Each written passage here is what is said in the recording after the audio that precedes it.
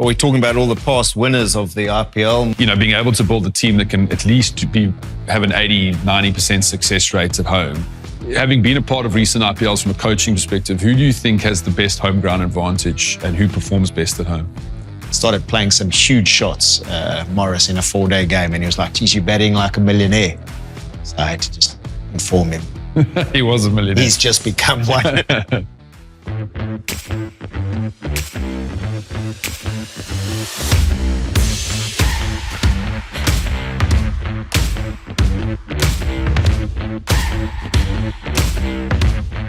Yeah, I mean, look, I think no one knew what to expect when you've arrived at that first IPL. I mean, I clearly remember that first auction. I think we were on tour in Bangladesh with South Africa or something like that. And everyone was shocked at kind of first auction numbers that were coming out.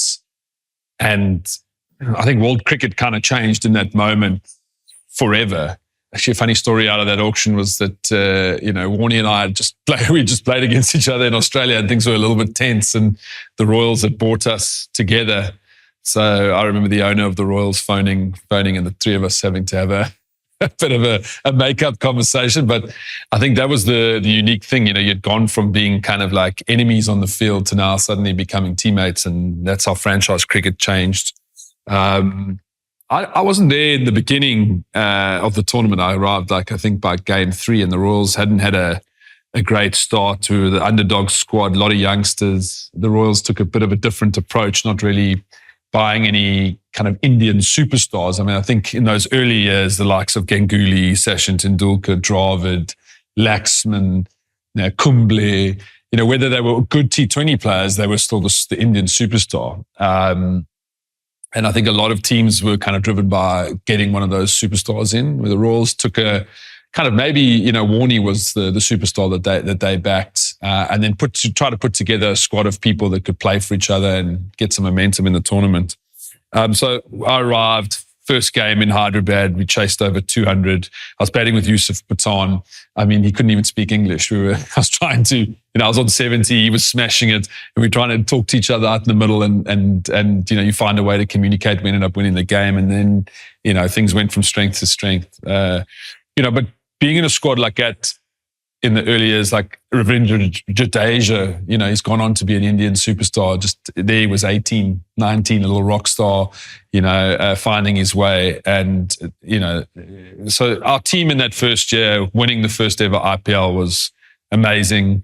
You just couldn't imagine the fanfare around the event. I think in the final, we were trying to get out of our hotel in Mumbai, and there's thousands of people there, and the bus won't even move. And I think that's where the tournament has changed forever. And I think over the years, Mac, we've seen kind of professionalism get better and better. Squad sizes have grown, more focus, I guess, on maybe the Indian player over time. But the development of like those earlier years, you look at Dhoni's, you look at the Virat Kohli's and how they've developed into IPL superstars. Well, I think you touch on a really good point there in terms of those local players and the foreign players. I think there was a lot of emphasis on sort of who was in your squad in terms of your overseas players, where it's definitely sort of, okay, well, we've got some good overseas players and obviously world-class cricketers, but a lot of sort of internal focus with those Indian players. My 2008 story is we had a good tour of India, and I got a phone call, just had my first son. I got a phone call from Saurav Ganguly, and all of a sudden he phoned me. I thought it was one of my mates pranking me, but I think the area number sort of gave it a little bit of proof in the pudding. And he was basically asking me to come play for Kolkata Knight Riders. And I was like, well, T20 cricket. Not really that excited about T20 cricket. I've got a test series coming up in England, and I was counting for Durham at the time. So I basically said, no, not my greatest decision I've ever made. But career limiting decision. Well, I didn't, a little crystal ball, but he said, no worries, he'll get us for next year. And I think he got fired from the Knight Riders that year. So that didn't happen. And so mine is more of a sad story, really.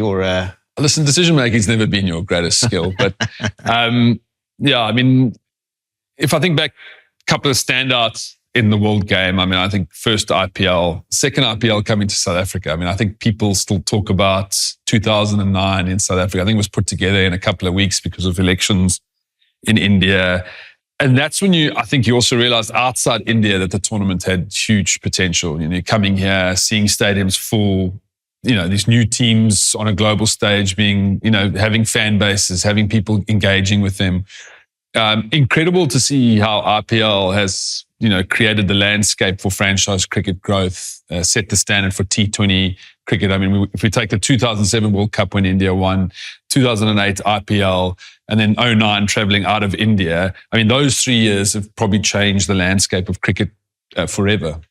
Well, I think sort of globally, yes, and I think in terms of the Indian game, I'm looking at it from the Indian side of things. I'd like to see their sort of stats and their sort of analysis of 2008, the start of the IPL, and just where they've been, how many sort of trophies they've won, fast bowlers in terms of how many they've developed. You know, that just looks like a conveyor belt, and you'd be thinking that's Australia, South Africa. So over the years, you just look at the fast bowlers that are coming out there. So I think it's all sort of culminated in them sort of basically dominating that shorter format over the last couple of years. You know, funny story, I was batting in Kimberley of all places, waiting to bat, and the IPL auction was on, and Chris Morris hadn't ever played in the IPL, and he had put his name in the draft, and he was sort of sitting alongside me. I was 4-day game in Kimberley's quite hard work, but I was waiting, and he was watching, listening to the IPL auction. And then I just heard him start giggling a little bit, giggling. He had his earphones on, and he's like, "I've been bought." So I said, "Okay, well done. I'm trying to bat you. I'm next in." And then I heard some more giggles, the more giggles. Then there was some tears. And he'd got the highest ever South African sort of auction.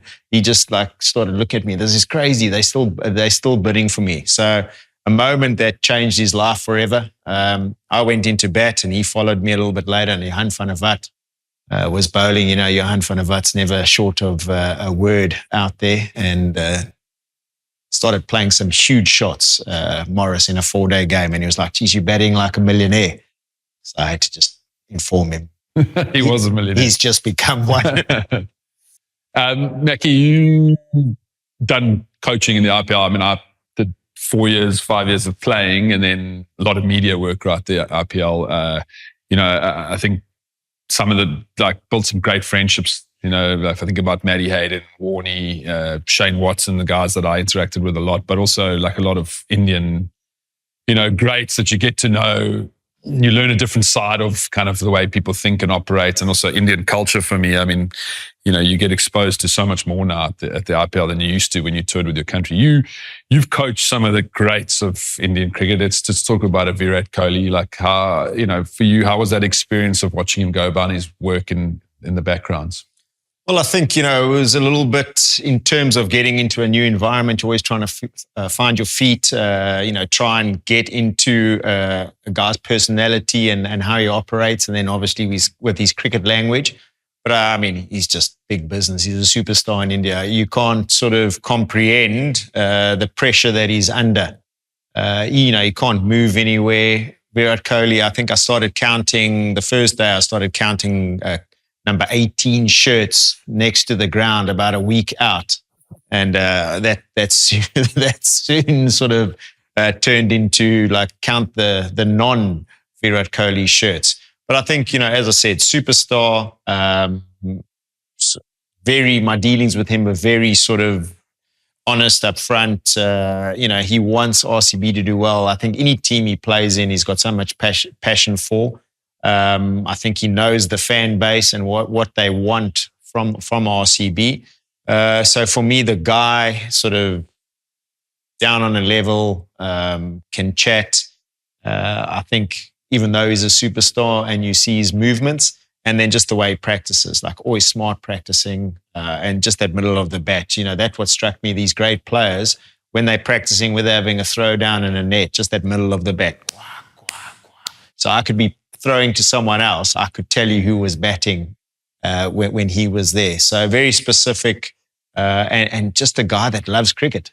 at that sort of age and how many years he's been in the game, just down at practices, gets his work done, goes for sort of a gym session, a fielding session. So the professionalism of a guy like that, he's probably been at the forefront of changing India's like fitness habits. I mean, we've seen the next generation of Indian star come through. It is a lot more fitter, a lot more athletic.